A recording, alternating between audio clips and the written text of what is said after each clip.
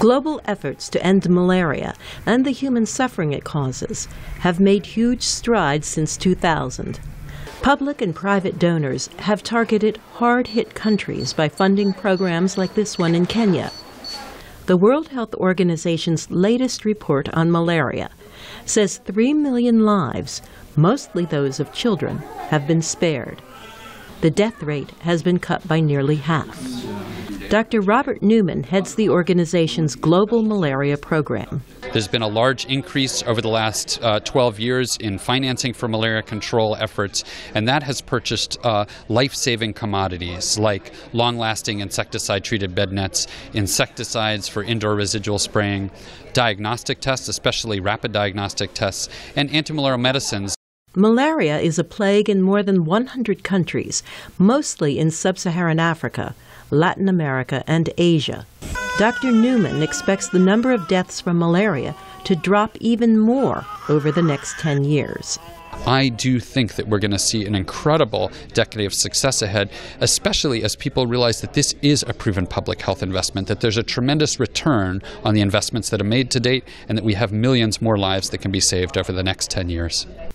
Dr. Newman predicts a vaccine will be ready within 20 years and cut the number of cases by 75%. Experts say without malaria, productivity will increase. People will be better able to provide food for their families, and they can put the money they normally use to buy anti-malarial drugs towards other uses. Countries can focus on other health needs. Dr. Joy Fumafi works with the African Leaders Malaria Alliance. Once you don't have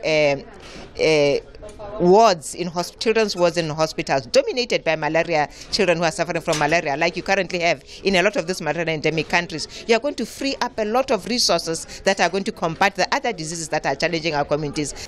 Challenges in the fight against malaria include a growing resistance to anti-malarial drugs and insecticides. But Dr. Newman says there's an even bigger threat. The most serious threat to the future of malaria control and ultimate elimination is actually a financial one. The UN Children's Fund and other organizations supply bed nets, one of the main protections against mosquitoes that carry the malaria parasite. Agencies that offer help to prevent and treat malaria say they have only half the funds they need. Without that money, the group warns, gains will be reversed. Carol Pearson, VOA News.